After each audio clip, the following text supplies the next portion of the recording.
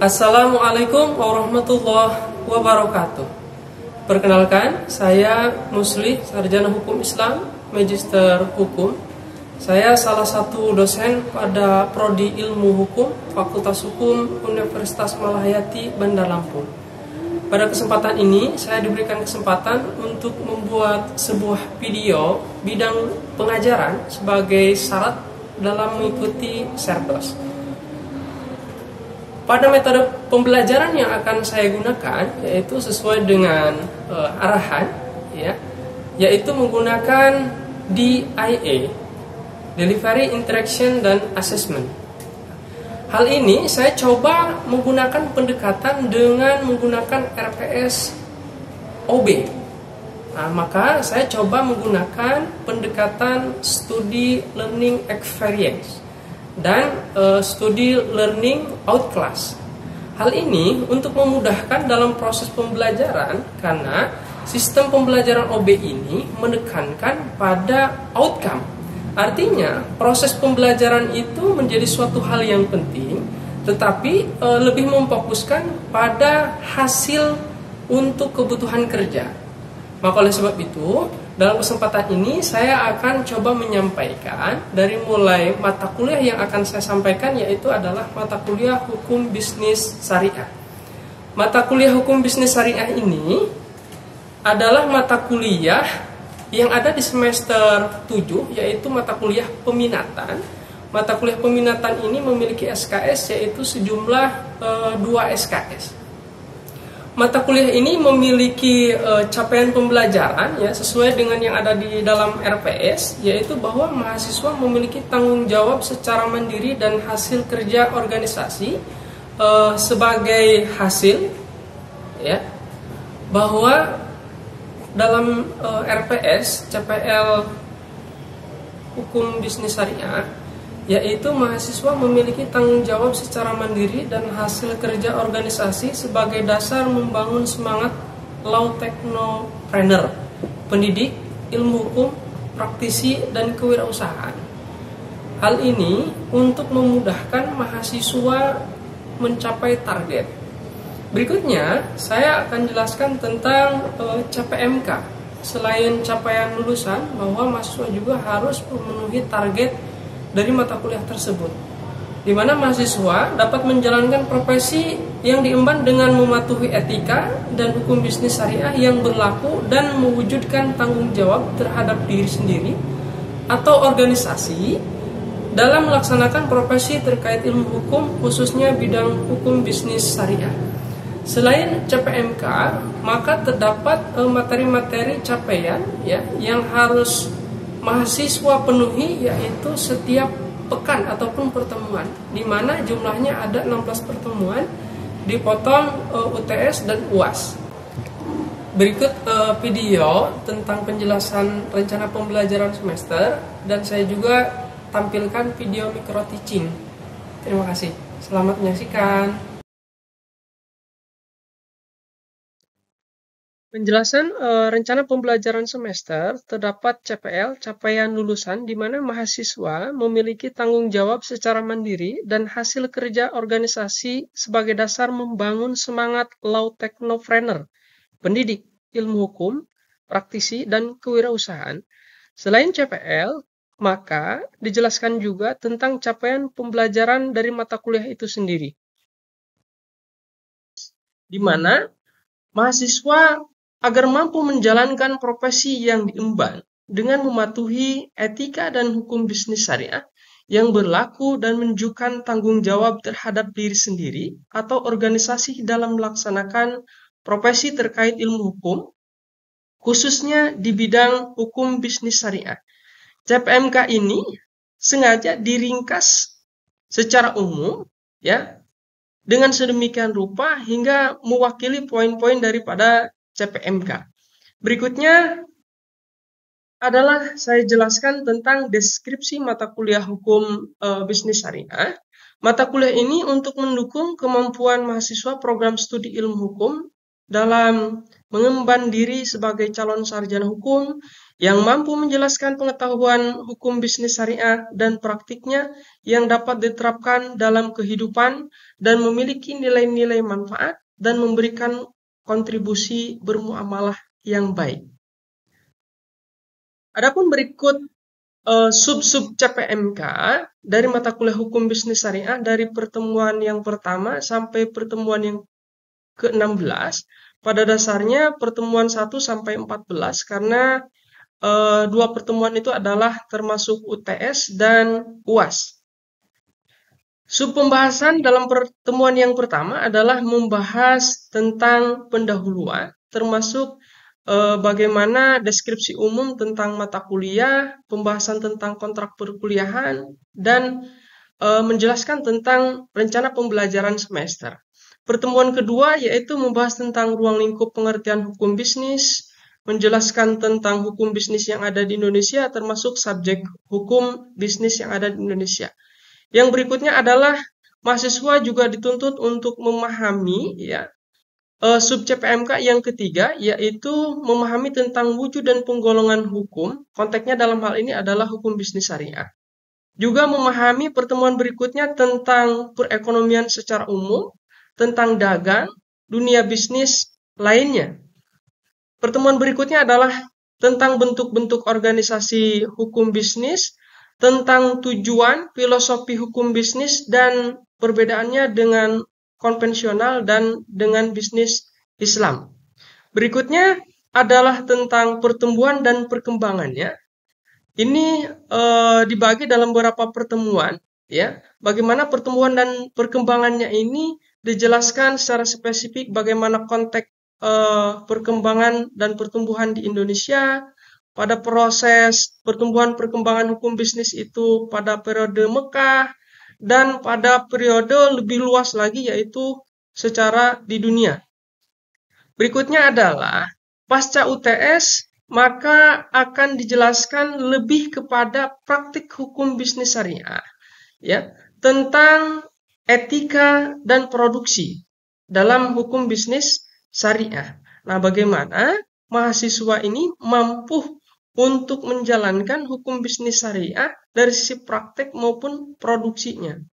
Nah, berikutnya adalah praktek hukum bisnis syariah tentang larangan-larangan dalam hukum bisnis syariah, tentang perdagangan dan pemasaran. Berikutnya adalah tentang ekonomi secara umum, perdagangan, ya, yang memiliki hubungannya secara horizontal dengan manusia atau bahkan dengan negara yang lain, ya.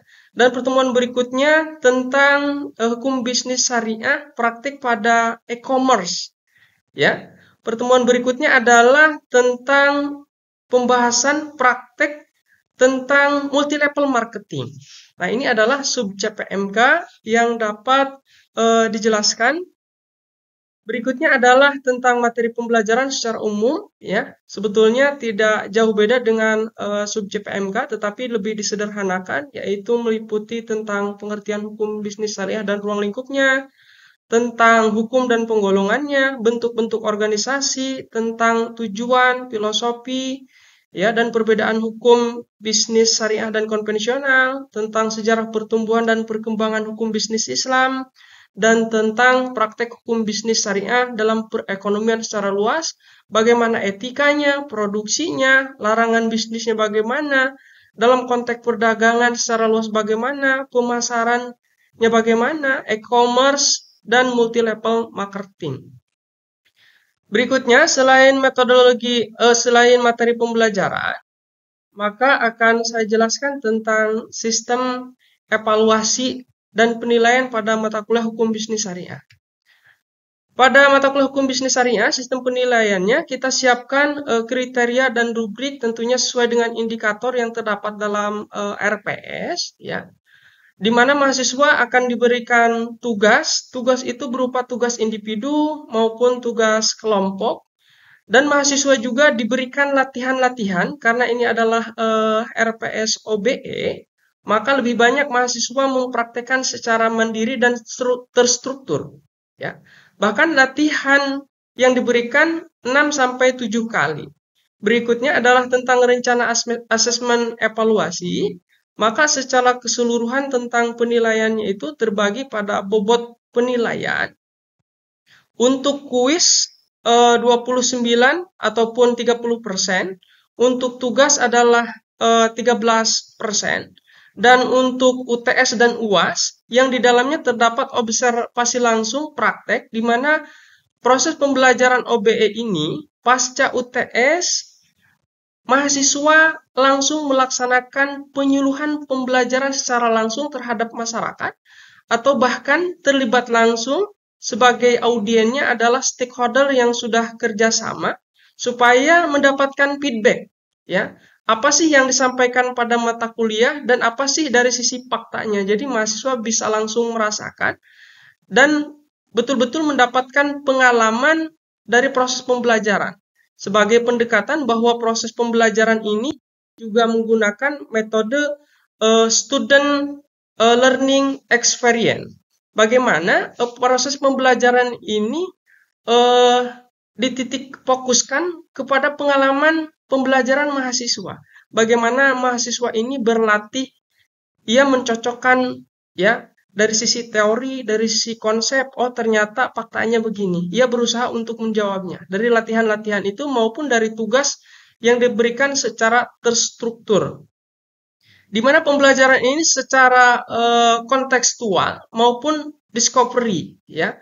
Artinya mahasiswa mampu menghubungkan dari materi-materi secara teori maupun konsep dengan fakta-fakta yang ada di lapangan. Bahkan, mahasiswa dituntut untuk memahami secara soft skill maupun hard skill. Ya, mahasiswa juga mampu untuk mencari solusi, ya, ketika terdapat masalah-masalah yang ada di lapangan. Berikutnya, saya jelaskan juga tentang praktek pembelajaran untuk penyuluhannya, bahwa penilaiannya dimulai dari perencanaan kegiatan, ya.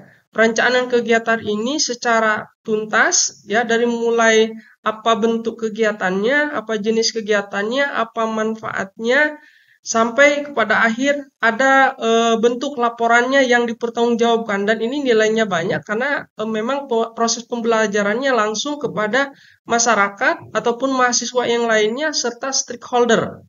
Ini adalah model pembelajaran. Berikutnya adalah proses pembelajaran yang biasa saya laksanakan.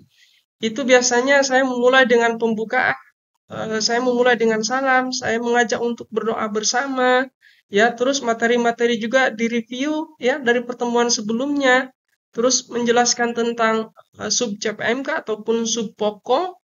Terus terdapat juga metodologi untuk pembelajaran diskusi supaya ada feedback antara mahasiswa dengan dosen, dosen dengan mahasiswa, ataupun nanti mahasiswa bisa sharing dengan sesama mahasiswa. Berikutnya saya juga berusaha untuk menginformasikan tentang tugas individu dan kelompok, ya, sesuai dengan timeline-nya kapan berakhirnya, ya, dan kapan harus dikumpulkan tugasnya, serta baru diakhiri dengan tutup. Baiklah, itu tentang proses pembelajaran dari awal sampai akhir. Adapun untuk lebih lengkapnya dalam pembuatan video pembelajaran ini saya berikan contoh video micro teaching sebagai berikut. Bismillahirrahmanirrahim. Assalamualaikum warahmatullahi wabarakatuh. Waalaikumsalam warahmatullahi wabarakatuh. Bagaimana kabarnya siang hari ini? Sehat? Sehat. Alhamdulillah. Baik. Sebelum kita melanjutkan ke perkuliahan di pertemuan yang kedua ini, kita terlebih dahulu memulai dengan melafazkan basmalah. Bismillahirrahmanirrahim. Baik, berikutnya supaya mendapatkan keberkahan, kelancaran pada proses pembelajaran dan tentunya memberikan hikmah oleh Allah Subhanahu wa taala, kita berdoa sesuai dengan keyakinan masing-masing. Saya akan memberikan waktu berdoa mulai.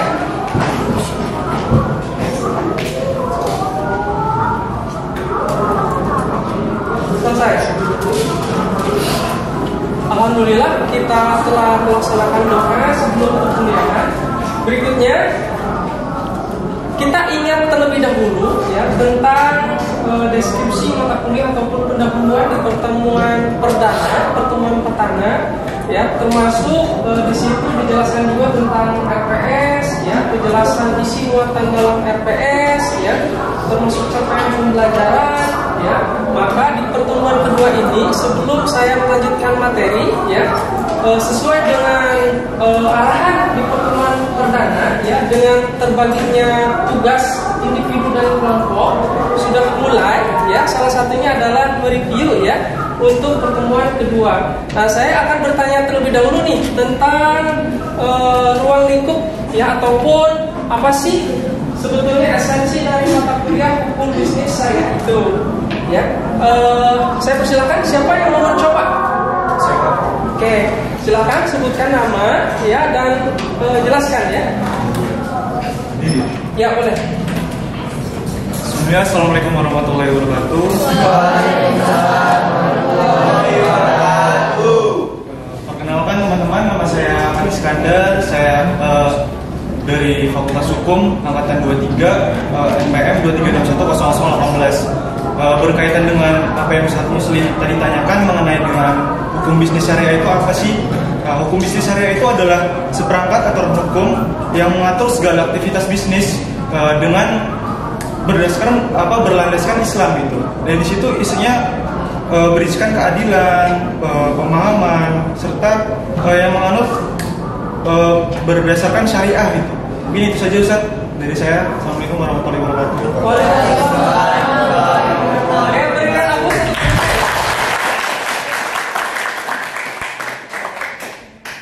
Berikutnya, karena ini di pertemuan yang kedua, supaya lebih jelas apa itu tentang hukum bisnis syariah, ya, dari sisi definisinya, terus nanti tentang ruang lingkupnya, terus nanti dijelaskan tentang apa sih tentang subjek ataupun objeknya, ya, termasuk sumber-sumber daripada hukum bisnis syariah. Oleh sebab itu, kita coba kaji terlebih dahulu, ya, apa sih hukum bisnis syariah itu. Kita coba lihat slide yang pertama, ya, tentang pengertian hukum bisnis syariah. Hukum bisnis syariah adalah keseluruhan aturan hukum yang mengatur praktik bisnis agar sesuai dengan prinsip syariah dalam Islam. Tujuan utama hukum bisnis syariah adalah untuk memastikan bahwa kegiatan bisnis tidak hanya menguntungkan secara finansial, tetapi juga sesuai dengan nilai-nilai etika dan moral Islam, yang mencakup segala aspek bisnis, ya, dari mulai masalah produksi, ya, terus masalah distribusi, konsumsi, ya, hingga perdagangan baik barang maupun jasa. Nah, ini dari definisi tentang hukum bisnis syariah ini sebetulnya sudah cukup lengkap, komprehensif, karena unsur-unsur esensi yang perlu dipahami dari hukum bisnis syariah itu kalau kita coba pecah, ya, hukum, bisnis, dan syariat. Hukum ini kita sudah belajar dari semester 1, 2, dan seterusnya hingga kita hari ini sudah ada di semester 7, ya, artinya mata kuliah peminatan, ya. Maka mahasiswa seyogianya sudah mengetahui, memahami secara dasar tentang pengaturan hukum, ya. Hukum ini adalah aturan ataupun serangkaian aturan, ya, ataupun himpunan-himpunan peraturan yang mengatur tentang apa? Nah, ini bisnis yang mengatur tentang bisnis.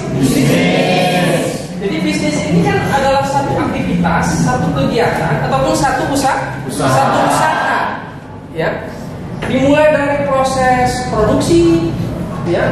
Ketika sudah dilakukan produksi, nanti proses bagaimana pemasarannya, ya, bagaimana marketingnya, ya. Terus sampai dia mendapatkan income. Income itu apa? Penghasilan. Penghasilan itu adalah bagian daripada keuntungan.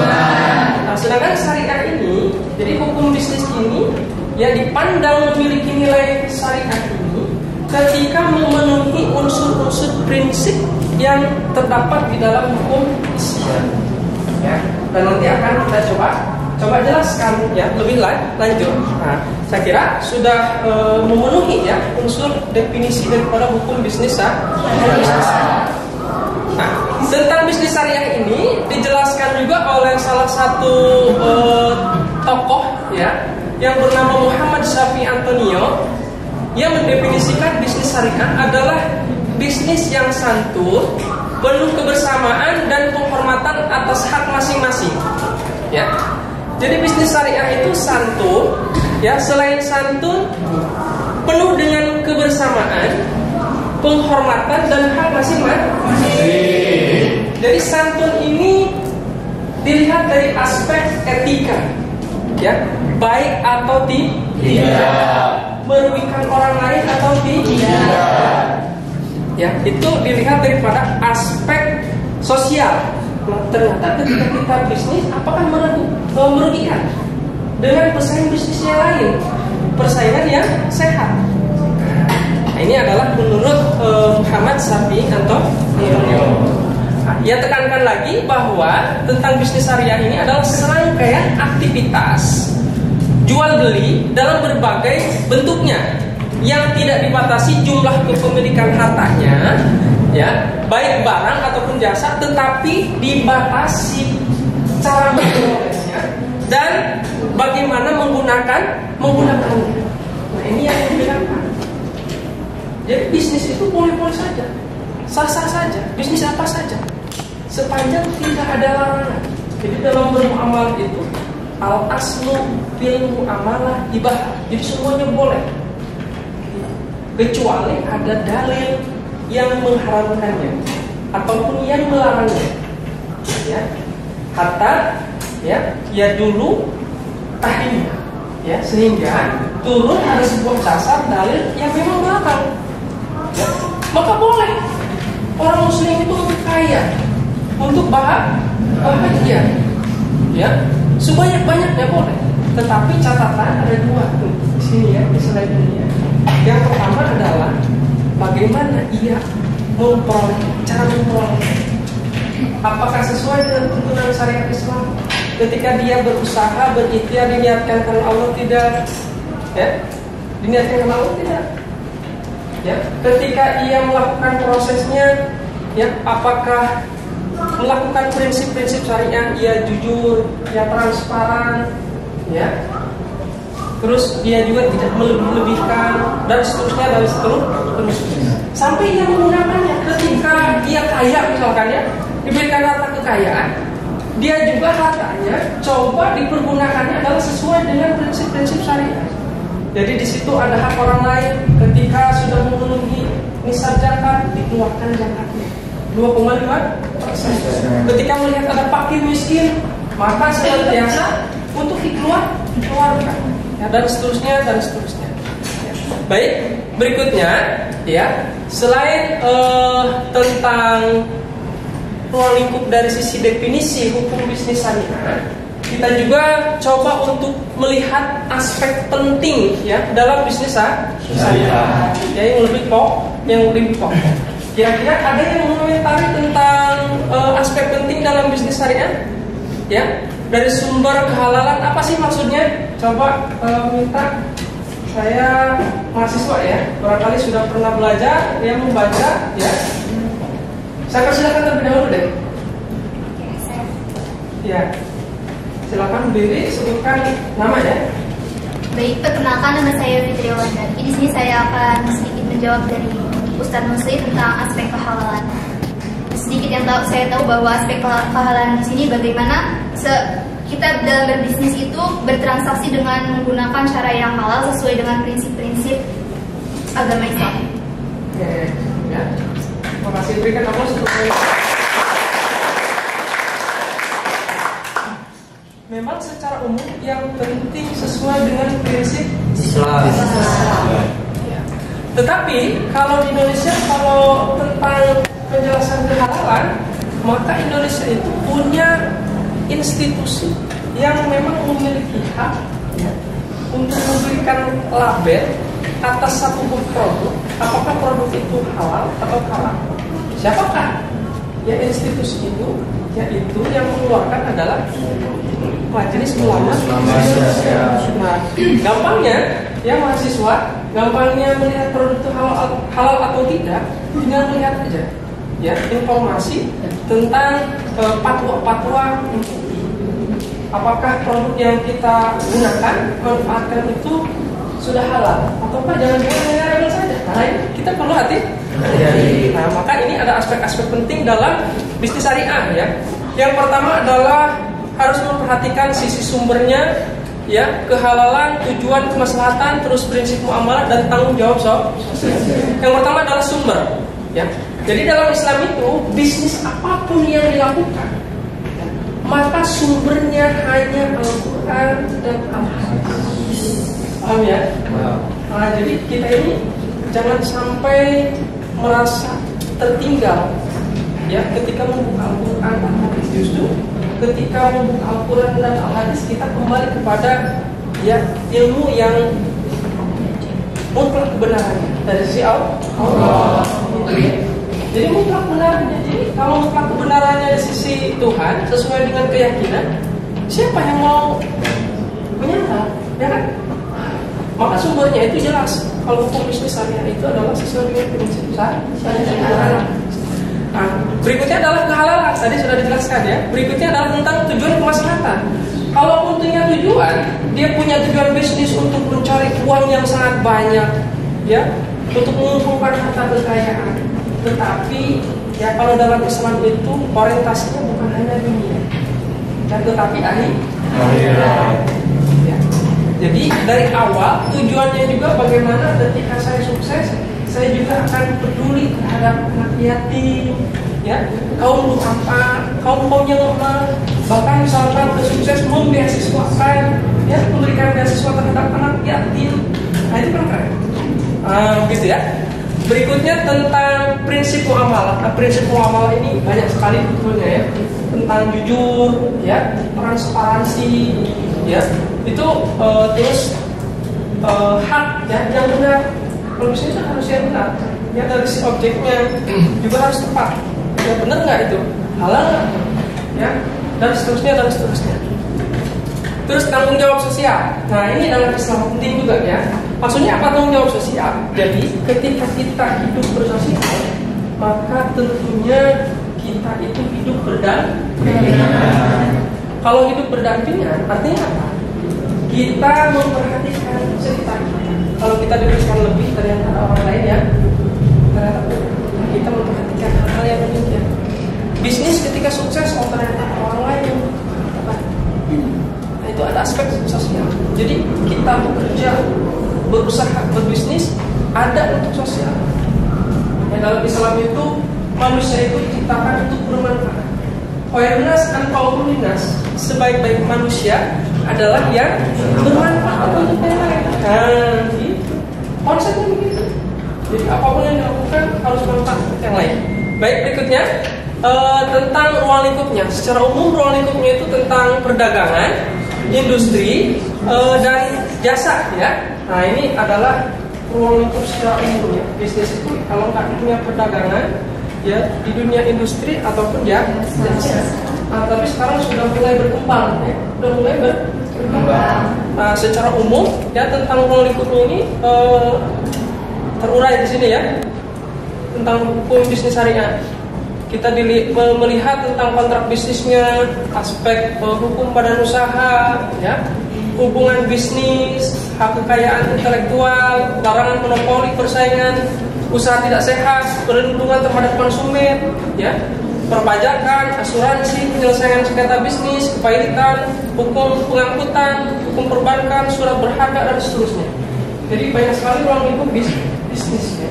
Ketika melakukan usaha bisnis, ya, atau aktivitas bisnis, maka di situ juga ada indikator-indikator yang perlu diperhatikan juga dari sisi kesyariahannya.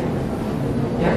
Dalam sisi kontrak, nah sekarang kontrak juga kita melihat ada yang konvensional, ada yang syariah, ya. Kontrak juga, apakah ada unsur transparansi, kebebasan yang ada atau tidak? Ternyata ketika jual beli dipaksa. Oh, boleh nggak?